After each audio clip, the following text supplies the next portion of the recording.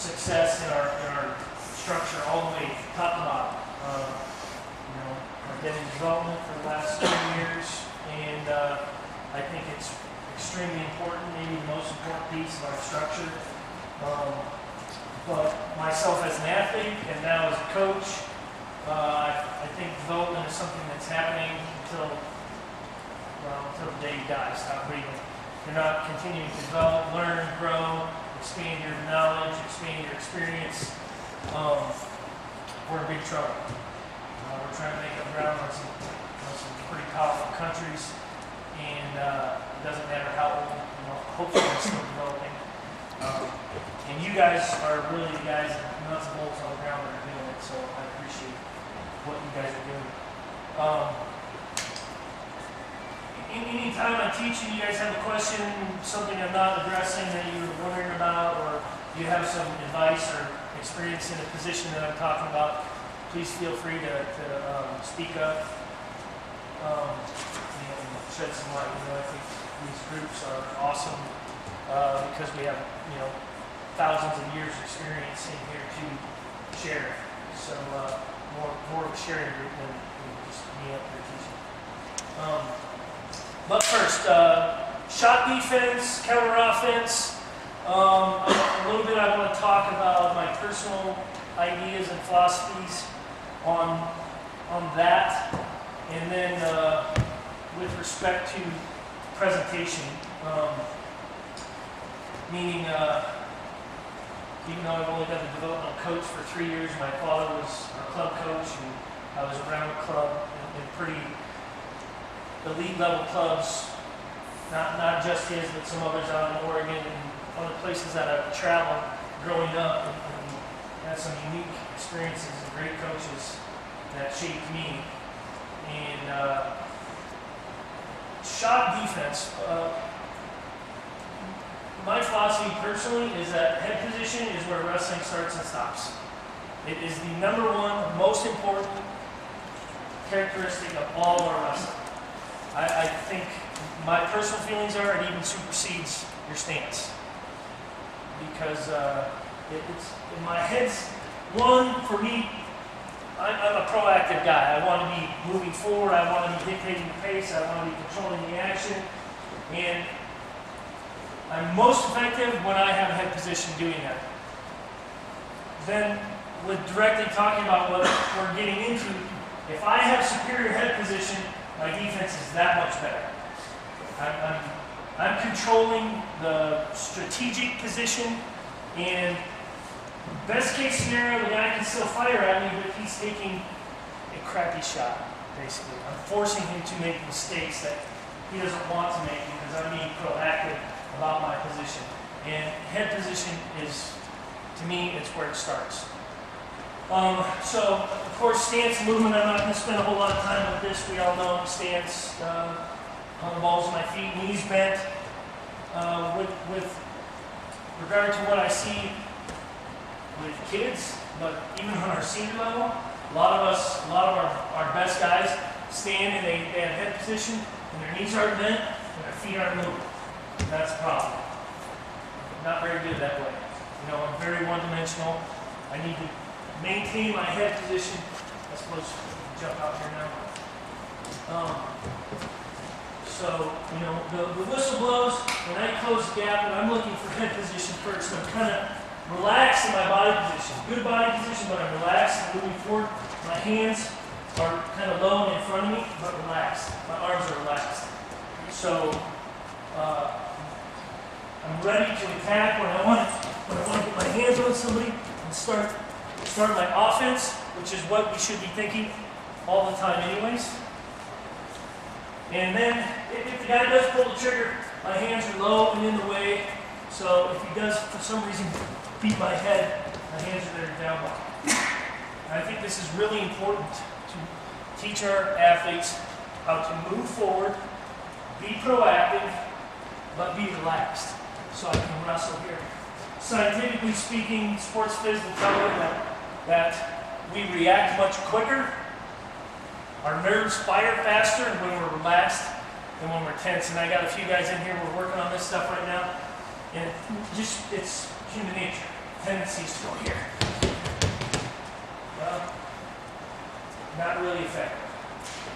And if you think about it, I have to actually tell my brain to shut off one movement before I can create another movement.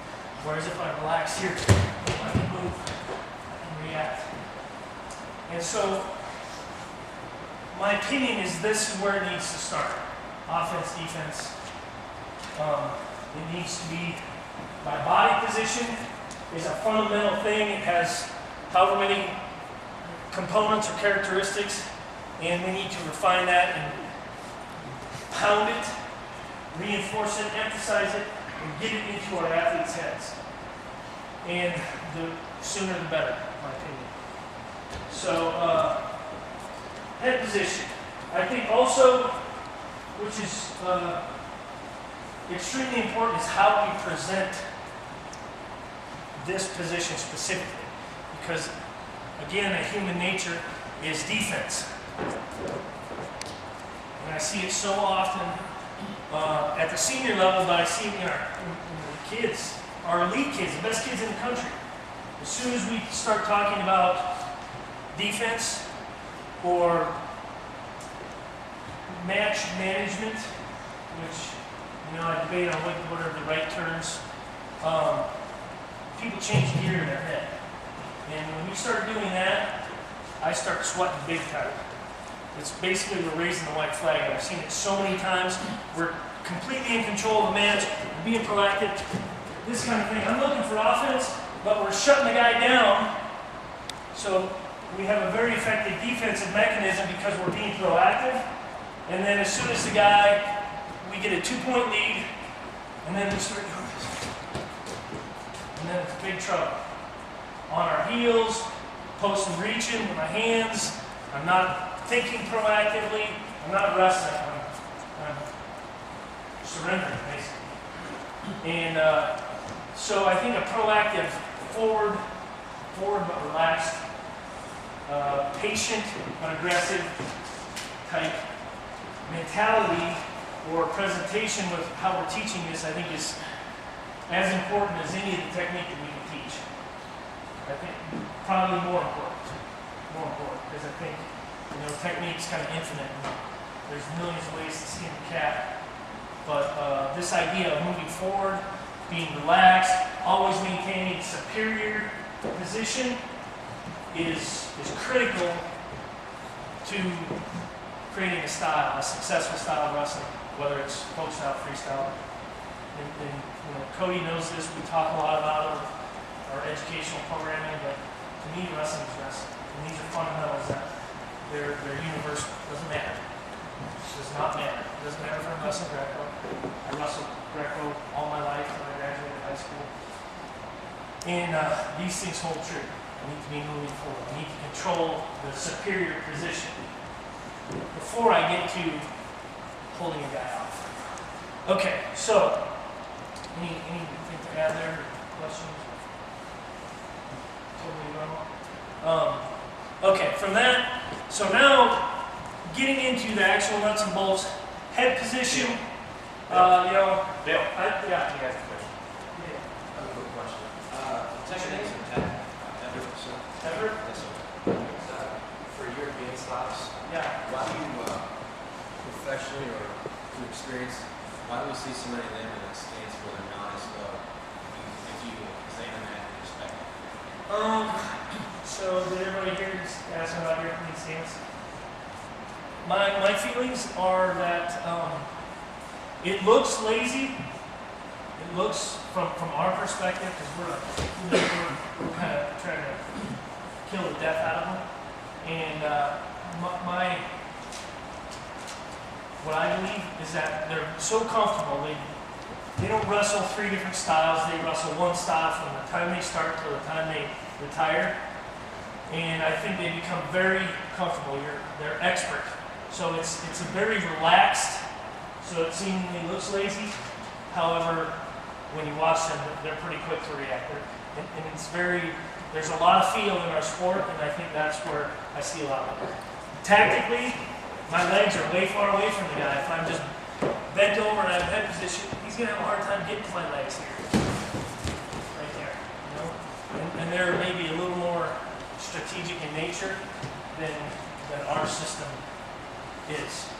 You know, we're trying to score every second of every period, and they're taught maybe a little more patience. Let the guy come, hold position, watch for an opening, boom, strike at that opening. With the new rule changes, particularly passivity and taking away the extra period, all that, I saw it was for Bantam through juniors that there was a lot more activity, a lot more people wrestling through 2 periods, more active scoring. But I wanted to see how you see the effect of the international. Yeah, I agree.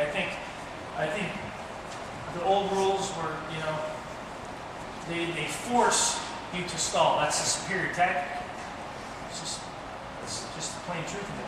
I think athletes now feel like the bit's kind of taken out of their mouth, and man, let's go. I mean, think about a 2-minute period, 30 seconds, 45 seconds in to get something going. If I make a mistake at that point, and he scores takedown on me because I made a bad shot or I did whatever, I have a minute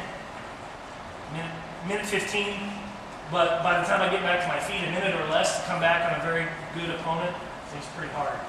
And so I think just the nature of that struggle, 6-minute period, half of the first minute, 2 minutes, even at the beginning of the second period, I have a lot of time to come back. However, I wouldn't, the way I'm coaching these young guys now is I wouldn't really change my style. Meaning that I would still be active, I would still be pushing the pace, controlling the geography of the mat. I want to control the center in kind of my attack, my offense, or my defense. I'm protecting myself by being offensive outwardly. The edge of the mat is his problem and not my problem. Because historically we've had these rules very similar to this. We've had 6-minute matches, 2-3-minute periods before, and there was very little scoring, and we had to change that to, you know, to improve our sport, which, you know, was a abysmal failure. The difference is we didn't have the edge of the mat rule in those days, you know, in the 80s and early 90s when we had 6-minute matches. So I think that will change things strategically a bit. But if you look at the history of our entire sport and the most effective techniques, offensively and defensively, they haven't changed that much. That's why I don't, when the rule changes, I mean, I'm basically following this. We might be over here a little bit over there, but I'm not going that, you know, way off on a new philosophy with that. So I think this position is going to be important for us with in the first minute of the match with the shot clock issue. Referees are identifying who's the active wrestler, and by creating activity, I have a sounder defense, right? He's behind me, and so that's going to be important. And so when we get into that, you know, that 30-second period, hopefully more often it goes in my favor by being active in the first minute. Because at the World Championships, I didn't do an actual count. I watched it at the University Worlds closely. I watched it at the Senior Worlds and the Cadet and Juniors. So in 4 World Championships, I can think of very few examples where I got the first warning, and then he got put under the shot clock. So being active enough that you put him under the first warning is important, in my opinion. Besides the fact that I should be out there for 4 points.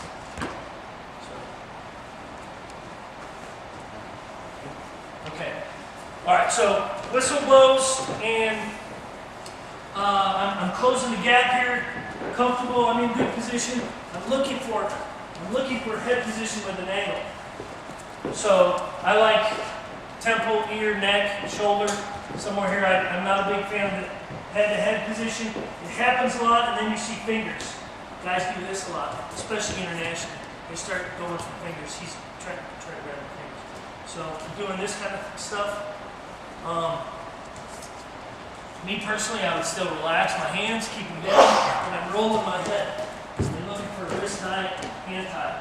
When an opponent wants to grab my fingers, it's instinct to want to engage. But rather than go interlocking fingers here, when he reaches for my hands, I would try to go all four fingers. Take all four of them. That's my choice. I don't have to do this. Go like this, just take it. So I'm securing head position here, and then there. If he catches my four fingers like this, I'll try to keep them short, and then just roll them to the outside.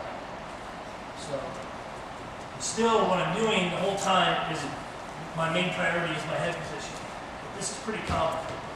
Less common in the United States. Here. This is the position I want. I'm thinking offensively. He has very little offensive opportunity on me in that way. So, I'm a right leg lead, I predominantly shoot cross to this side. I really don't care what side my head's on. I'll take superior position either way because I'm going to develop offense that way. From our topic, whether my head's here or my head's here, I feel pretty doggone good about what I can do if he attacks me. So it's really, really important, and I think a great drill is just to simply fight for head position. Two guys standing here, and you can do various drills. One is do just like he is, hands behind the back, and we're starting like head to head or with space, and I'm trying to do this. Stay into him. Keep my balance at the same time. Okay? There's a tipping point of trying to get too low, where he's going to jump on my head or I can't move. And that's where I should be rolling my head and looking for a new angle. And then adding the hands. Adding the hand fighting too, where it's low hand fighting down here. Again, when he's trying to grab my fingers, I want to grab all four of his. We go to 2-on-1 type baseball grip ties, and this kind of thing here. And then I stay with it. I stay with the position. And then climbing up, the inside ties and that kind of thing. Another effective, but we have to be cautious with it, is touching heads. When we engage our hands, I don't like to reach. I like my hands to come up from the inside, and I should be close enough to grab the guy. I don't like anything here. Lines of defense, my head is first. Hands, shoulders, forearms are after that. So for a no-tie type wrestler, when I'm trying to get head position, I will use my trail leg arm. So my lead leg hand is here to attack and protect. And I'll simply just bat his head out of the way. Right there. And then put my forehead in where I want to be. And it doesn't always work, guys. A lot of times you go here, and the guy's running out this way. He's running out to clear, and that's where I want to pursue. I have to stay with the activity. Okay?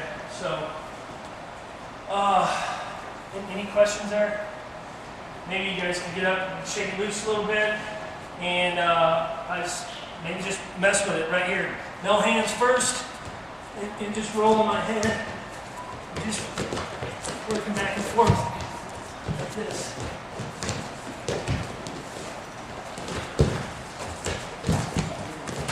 Just fighting for that superior position in my head, and then we can engage our hands, and then maybe no tie type stuff.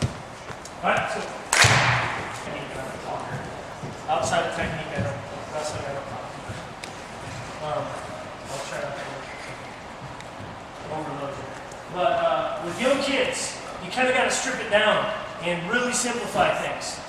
And sometimes I think with senior athletes who think they know, well, that's not what I do, coach. Oh, well, how's that working for you? How many gold medals you got on there? Okay, shut up and do it. I'm not thinking that. I don't usually say that. You have to be a little more diplomatic.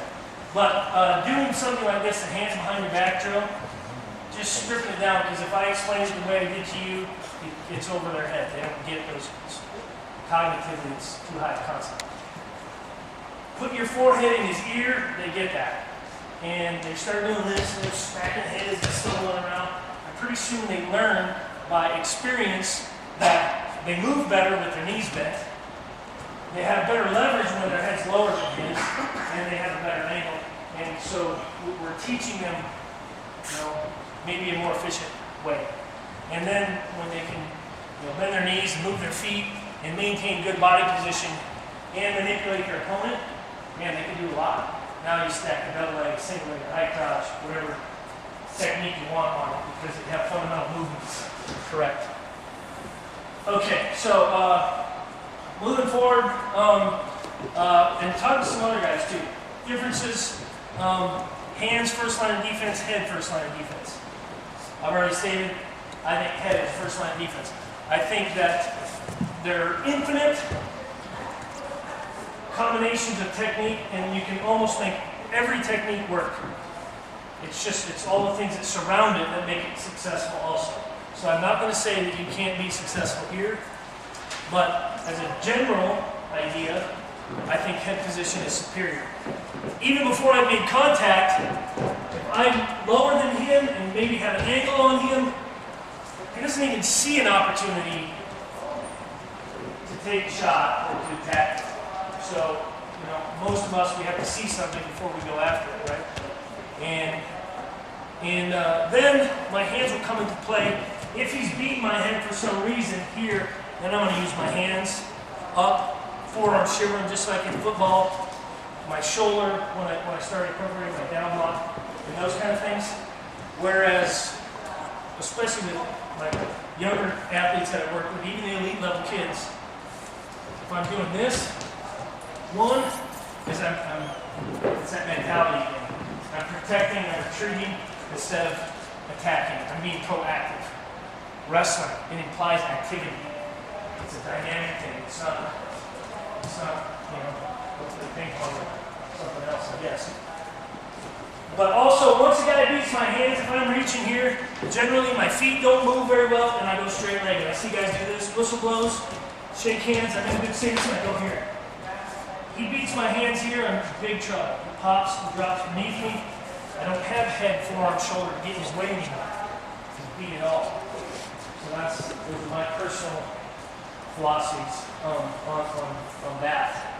So now I'm getting this head position here, and for whatever reason he gets a shot off. He fires. I'm going, whoops, quicker than I thought. I'm going to straight down block, which is dropping my hips. I'm still matching in head position. I'm still looking for that head position. I'm dropping my hips, and I'm throwing my leg back while my hips go forward. So it's not, we see that a lot, but it's here. Here, I'm down blocking, my hands are low, kind of like a big net in the water. So if he does beat my head, here. I'm meeting a charge with a charge, and I'm trying to neutralize his attack. And it's much better done when I'm moving forward than when I'm moving back. So while my feet clear back, my hips, where I generate my energy, I want to go forward and in. So shoot, but slow motion. So here, boom, my foot becomes really light, and I'm just sliding it back. His momentum, as I make that charge, help me slide off position, ideally. So, just heading away. There is best, in my opinion. So I move in here, I'm pursuing my opponent. And Brown and I were talking, I use that word a lot, pursue, because it implies forward action, it also implies patience. I'm not attacking something, and get all wild and crazy. Whoop, guy's right under my leg, or right under in my hips. So if a guy's popping me in the face and running away, and I'm trying to pursue, if I'm coming up here, he's dropping under me. When I'm staying here, is really I'm on offense. But if he clears away and then drops as I'm coming in, he drops. Pursuit. Here. Head position. Get my hands in a wave, dropping my hips. Here. So, pretty simple, pretty straightforward. I do a lot of this stuff. I did this myself because I used to. I was having a problem. Actually, in 2006, I was having a problem. Winning matches, winning periods all the time, and I would lose a period, lose a match, like 14 seconds, 10 seconds, 20 seconds. Just absolutely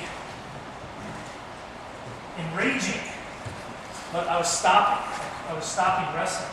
To be active, I was wrestling, taking it to the guy for most of the period, and then 22 seconds left, and I start coasting. I'm on my heels, I'm not moving, I'm not being proactive. Boom, guy's on my leg, takes me down with no time up. I can't come back. So, right here, just learning how to do this. Just tapping my feet, kind of quick feet, and really exaggerating throwing this leg back and posting this arm, near side, same side leg as arm. Getting it in his way, also getting my head in his way. My eyes are up, but I'm meeting his head position. So this leg, I'm bending, it's not this, which you'll see it if you do this kind of stuff. You'll see your guys do it. First time they do it, they'll do exactly. And they gotta drop their butt. They gotta drop their butt. So, right here.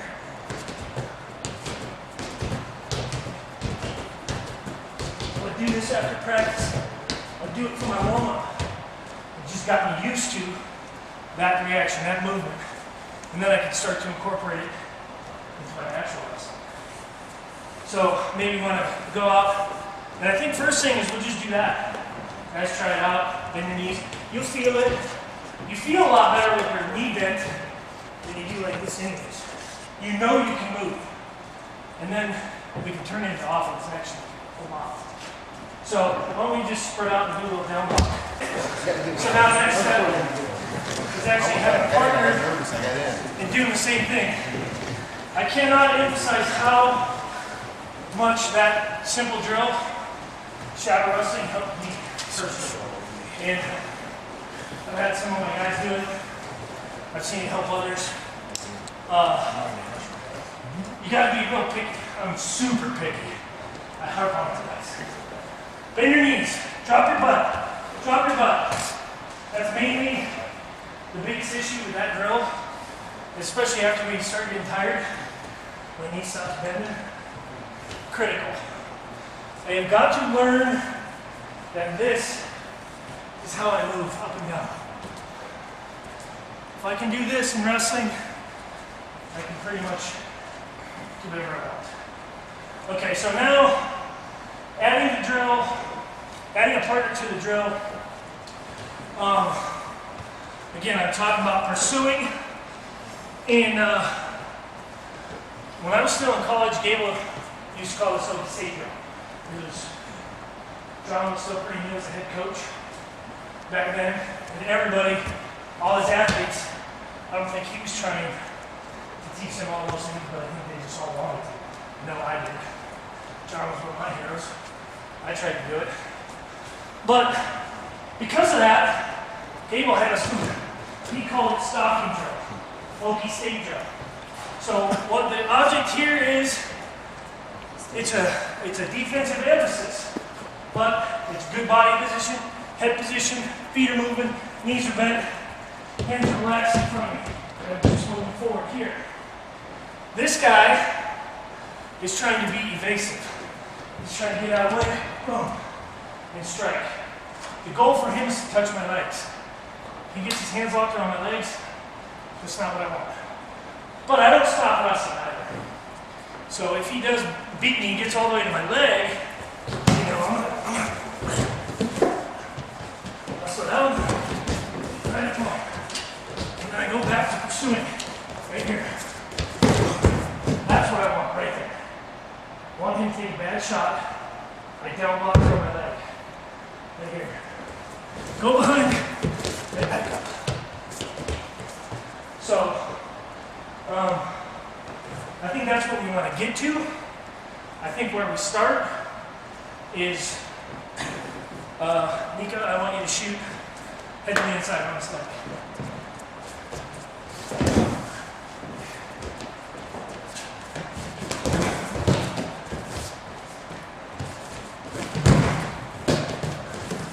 Right there. When I recover, I always circle up. Real easy. Like I said, I'm real nitpicky about little things that I think are important. When I down block and stuff his shot. Okay, good. I'm not doing that. Not doing that. Subconsciously, I've trained my athlete right there. Leg coach, one of my guys. He can vouch for my pickiness. Subconsciously, I'm teaching him to stop at wrestling in a critical position. So, follow through is all the way back up to neutral. Here. Even if I don't score, it's up to good position. 4, 5, 6 steps beyond safe. You always going the opposite way of your lead leg? Predominantly, not always. What versus single leg? I don't know. Because the next step for me is keeping in what we've been talking about, proactive. He's beneath me. I want to punish him for shooting on me. How dare he think he can score on my leg? So I'm not just going to let him off the hook and watch him walk away. So when he's down there, I've stopped him. That's where I'm going next. That time I went this side because it was shorter, it was closer. I felt that's where the hole was, the gap. Predominantly, it's probably the other way, most of the time. But that's where I feel. I gotta know where my opponent is. So first I would just start telling my opponent, or you as a coach, tell them, okay, head to the outside. Boom, boom. You gotta down block. There's small adjustments that I have to make. When a guy's shooting, hit the inside versus hit the outside versus double leg. I would run them through all of those. I would specifically focus on a given position if it's being no problem area. I was heavy-footed. 2006, I was heavy-footed. I'm losing matches. Not on high crotches, I was a high crotch guy. I could smell it coming a mile away. But a single leg, I don't know what it was. Well, I didn't feel threatened by it, so I wasn't wrestling. I wasn't reacting. Bam! Head to the inside. Guys peppering me with it. 10 seconds to go. Grab that. So anyways, this is what I did. This is what I have our guys do. So, starting with one, rotate through, then I would open up. When you get to the full go drill, it's whatever he wants. Find an opening. And then for this guy, being as nitpicky as I am, don't be taking crappy shots. He's trying to refine himself at the same time. Subconsciously, I want him doing good things. It makes my defense better, because I can stop a crappy shot by a mediocre opponent. The one I have to stop is a good shot by the best guy. Second best guy, because we're the best guy. But, so, you know, as perfect as possible on both sides of the court. So, maybe you guys want to try that? Yes? Okay, let's go. Working with somebody who's never done this, is a new position, it's a new technique, is slow it down and make sure it's perfect, not correct, perfect. Because the speed will come, but you just get in a lot of bad habits when you're trying to be too fast too soon. And the feeling of being able to do it correctly is so much more valuable than how fast we are. If he shoots, if he beats my head, and I can get my hips here, it's much more important than how fast I get here. Basically, if I'm doing that, I'm giving him his takedown. Under me, my hips are high, boom. So, I would emphasize that with my athletes. Okay, moving forward here, a couple of things. Again, we have to emphasize our hips are going forward We're going into the guy, we're meeting in charge with a charge. And then engaging my hands, getting into a few counter-offensive opportunities. Most common is just simple go-behinds. Once he's shot, whatever the shot is, I hit him hard. There's a little bit of hip movement here. I got to square my hips to him as quick as possible. Okay? My hips are going in, my feet are still getting further away. So whether I'm on my laces or on my toes, I'm still walking my hips away and off. If he's got a hand on my leg, number one priority is clear the position. Clear the position. Clear the position. Win it all the way out. If he's got a hand on the back of my knee and I got him stopped, and I think I'm going to go behind right here, I'm going to do this, my hips start coming up, next thing you know, he hops right underneath me, and I'm back in trouble. Even if his hands aren't locked. Here, square my hip, all the way off. Now, he's heavy and slow, and I can run behind for my score. Both on their knees. This way? Yeah. Yep. I would be careful about doing the correct down block and getting your hips in first, because the innate instinct is to drape over the back. If I do this, he pops up on my hips get back. Sure. Now back in trouble. So, Back to the same principles. Your down block, your good down block. yep. Yeah, so say I get here, and his hands are still locked, and he's strong as a doggone bull, and he's still driving into me. Now I'll push. Block, prevent him from moving forward. But the key element is that I'm keeping my torso up, vertical, and not draping over his back. This, he feels a lot more weight here. It's basically kind of stacking it on his head. It's physics. Than this. And I weigh the same, but I guarantee you he's not feeling the same weight pressure. Here. Swirling. If he's still getting into me, I'm definitely doing it. But I want to keep my head up here. I want to keep his head under me. Here. I don't want the head popping out to the side. I'll stuff that in here. If it's outside, his head's out here, I'm squaring my hips. If he's still getting strong, I'll twist him. Just like you do on the knee and push on his ear. Cross face. Boom. Push on the hip, push on the near side knee. And create space between me and him, and I'm breaking down his position. Hip down and away. But, so, I'm trying to ideally kind of go on a tripod, or on a knee, and a shot box. So, this is the angle I want. If I'm here, I'm neutralizing his attack. I want two things. I want my hips square to the mat, and I want an angle. So, there's a little bit of natural roll when I sprawl, but I don't want to be throwing my hip in like this too terribly much. I want to keep my hips as square as possible, so when I stop him, right there. And then, we're talking coaches here. However you attack go behind, I think it's personal preference. The main element is that I'm trying to beat this shoulder, or whatever side I'm going. If I'm going this side, I want to beat his shoulder with my hips, and I got to keep weight on his front end. So once I stop from here, I'm in a front headlock position. He's still got his hand on my legs. I walk there, clear it. Now look at all this weight that's on it.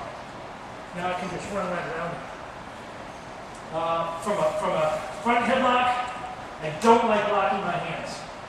If these are arms in there too deep, it stifles my movement. Anytime I want to do anything from there, I have to unlock my hands first. And I'm just as strong as I need to be, cupping his chin in his armpit. But again, elbows are tight to my body. There's no space. I'm keeping his head under my torso. So he's bearing a lot of my weight. All of it. As much as I can. As much as I can put on him, plus as much as I can push with my legs. Here. like this. Again, I gotta be careful of doing stuff like this. Some guys will want to go on a knee, which is okay. I would say never on 2 knees. If I'm on one knee, I want to get off it as quick as possible because I'm faster here.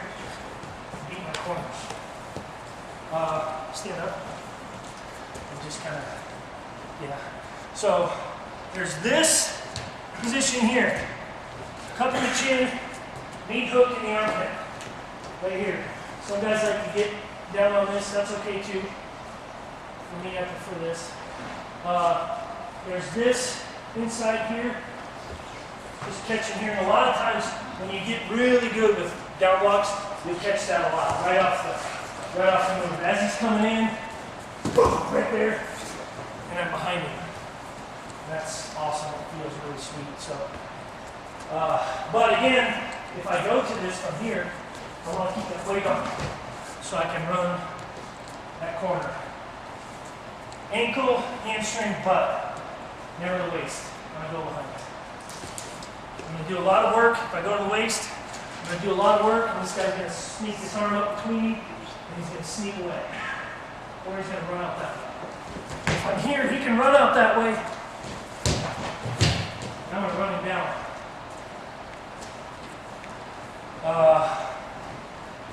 Going the other side, to Brahman's question, maybe I've stopped it here, and I just feel this direction. Get shorter, get hands here, I can post on it. So if it was this way, you just post and then clear that sucker there. Replace it and run. So, Gable philosophy. When I shoot, I score. When he shoots, I score. And that just hit home with me. I like it. And it's kind of stuck with me ever since 20-some years now. So, and watch the best guys. Watch the best guys in the country, in the state, in the world. When a guy is beneath them and they have him in a disadvantaged position, they capitalize. They sting him. They make him pay. Which then, he doesn't want to shoot anymore. He don't want to shoot. Why would I shoot? I'm going to get taken down. I can stand there and let me take it down. That's what I want. I'm breaking down his confidence from inside. Still head position, hit him with the hip, crawling my legs off. Clear the legs, clear the hands off my legs before I go to my offense. And then score your points.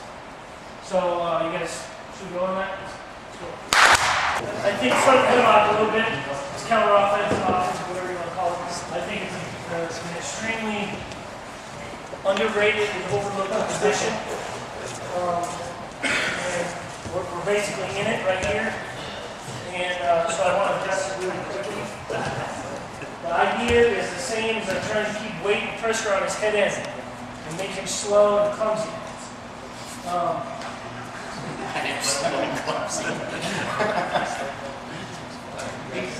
that's all right.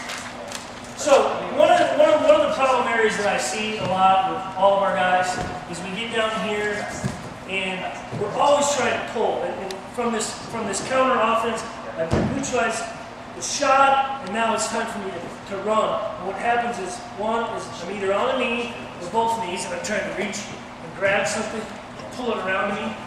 Not going to happen on a good opponent. Secondly, if I'm trying to crawl around it, he's usually grabbing my singlet and grabbing my waist. I'm just not going to get there. I'm going to be on my toes, which makes him bear a lot of weight. Besides the fact that I'm more agile, I can move better. My feet are on the ground.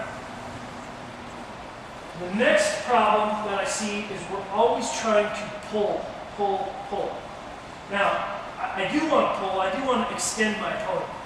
And most of that, I think, comes off his shot, and I use his momentum to continue, the ideal world is he shoots, and I snap it all the way up flat and run behind him nice and sweet.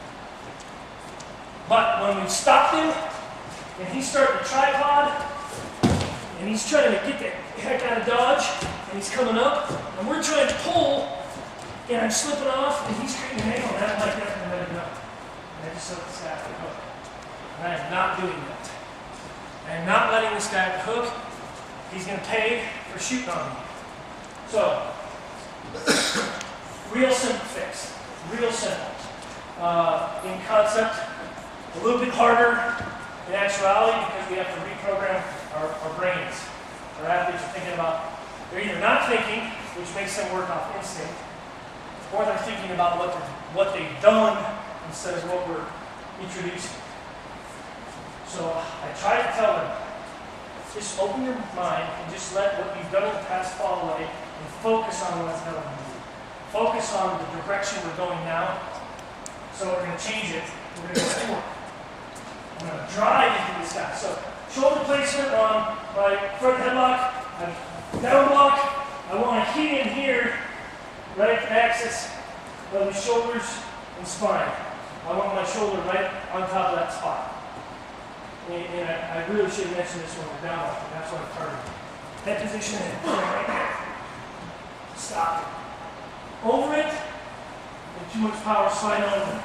Below it, I'm getting drug out, sucker drag, back to neutral. I don't want back to neutral. I want points. So here, shoulder right in his spine. Now, if he's on his haunches already, he's pretty much loaded up, and I'm going to snap, get weight on the front end. More often the problem is when he's tripoding up, and he's circling one way or the other, or we're on our feet, and he's pushing, he's blocking, pushing away, and he's trying to clear out. And I'm pulling and I'm losing, I'm slipping, coach. I'm just going to redirect. Stagger my feet, just like penetration, inside set penetration. And I'm going to drop my butt, and I'm going to drive my shoulder through his heels. Kind of, forward and down motion, not down. This right here. Into him. Into him. I gotta protect this leg a little bit. I gotta be aware of that. But I don't like square. I just don't move very good here. Just don't move. Not very dynamic. A little bit here. I drive into him.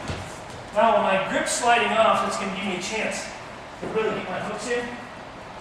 Secondly, if he doesn't react, I'm taking him right off my folk style, he looks bad. Freestyle, I score points. More often than not, it's pretty uncomfortable, and he wants to stretch out. And when I feel that pressure back into me, push it. Now I do whatever I do. I got a million things here. Snap.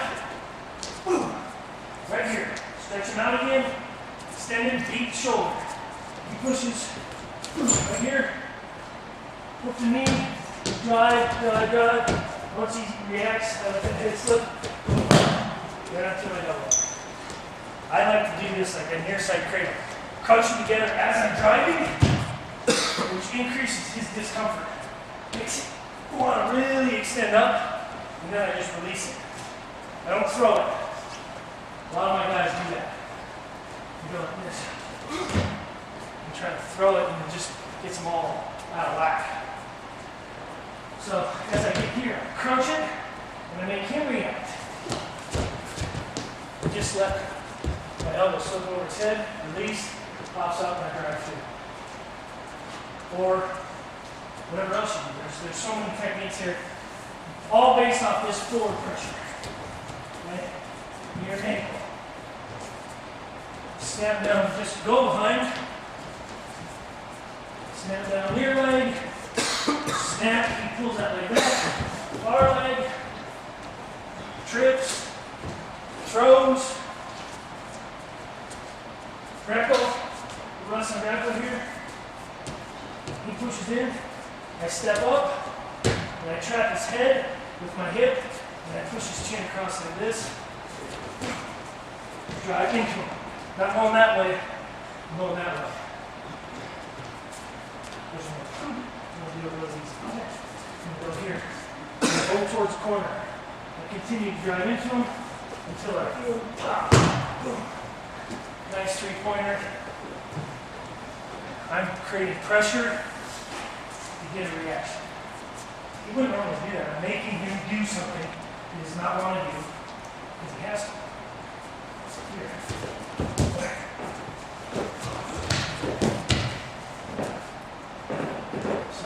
shoulder, that forward drive. Works really well down on the knees as well.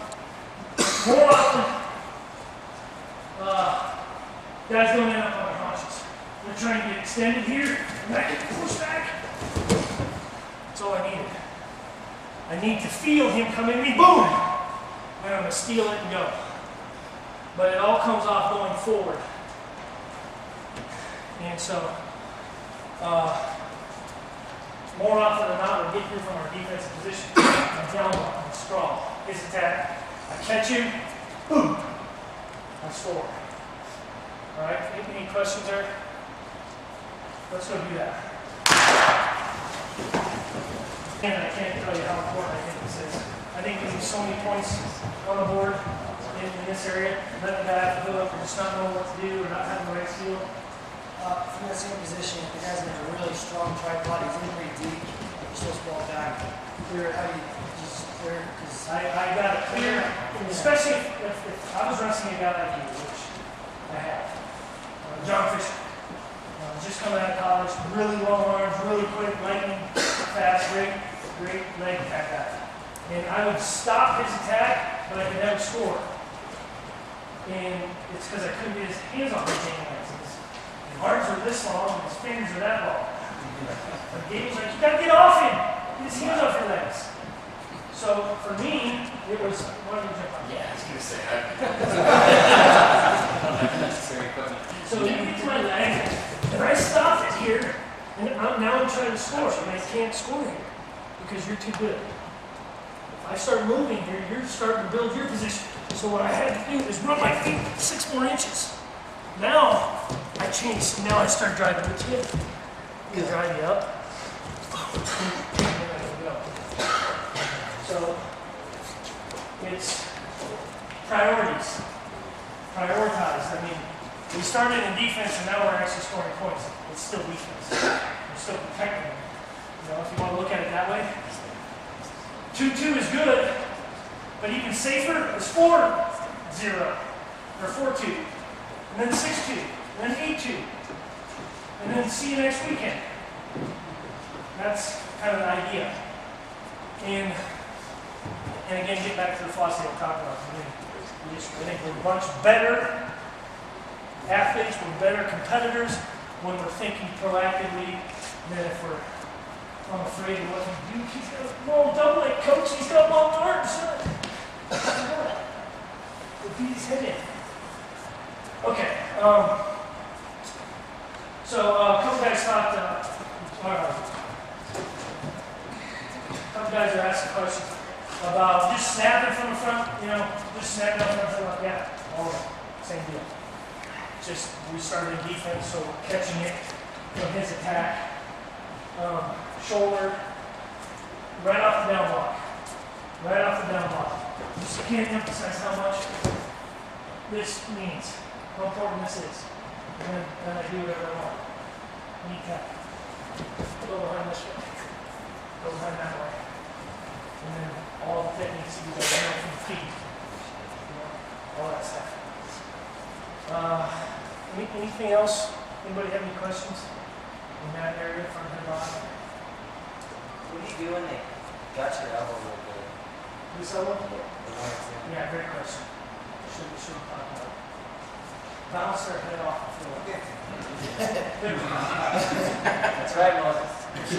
So that's why I said I don't like locking hands, because when I lock hands, I feed my arms in and I give him a handle. I give him the position. So whether I stab him or he shot my hot, I just gave him my elbow over here. And if he's as good as he should be to be in the finals against me, he's not letting go of that sucker. So, limp, and you know, that kind of stuff. I'm keeping that shoulder planted. I'm not creating space, but I'm pull start or whatever people call it. You know, it's like starting a chainsaw.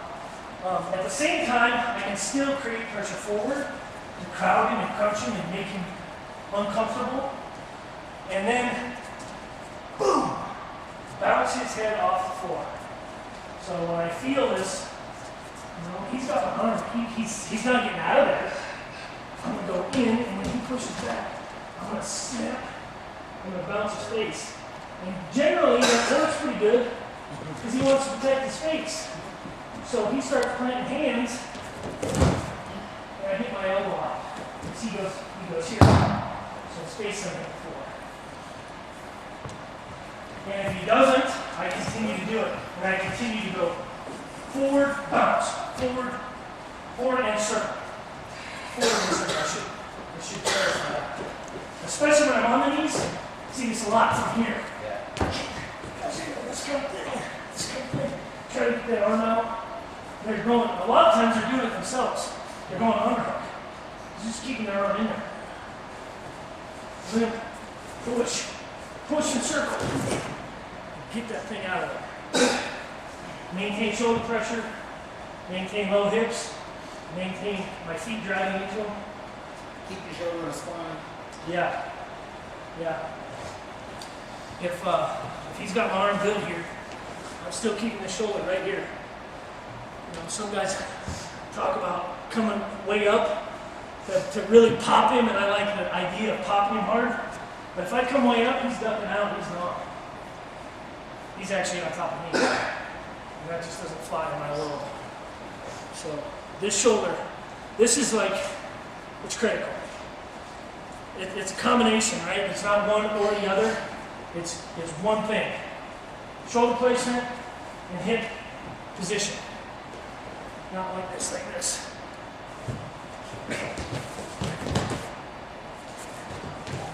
It's some good work. But it's a position, it's hustle position. Not real fancy, not a whole lot of technique. A couple of key elements and a whole lot of hustle, and I should win it every time. I should score points every time. Buvaisar Satia, who's known for being this outrageous technical wizard, I've seen him score more points from simple go behinds just because he would not let the guy up. He wouldn't let him go. That dude's like a spider or doggone squid, man. He gets some tentacles on you and you're in trouble. And I think it's more attitude than anything else. Coach, does that pressure in stop the peak out? You look for. I think it does if I'm, doing the other things right. If I'm getting too high, my hips are in the air, my elbows are up. Right. I'm handing him a peek out. But if he's got my elbow, it's easy to keep my elbow down. I'm actually, when I lift my arm, I'm still here. I'm doing this. So when I feel it slip, all I need is below that elbow. You can have my forearm because I'm going to be right on his throat, chin, whatever.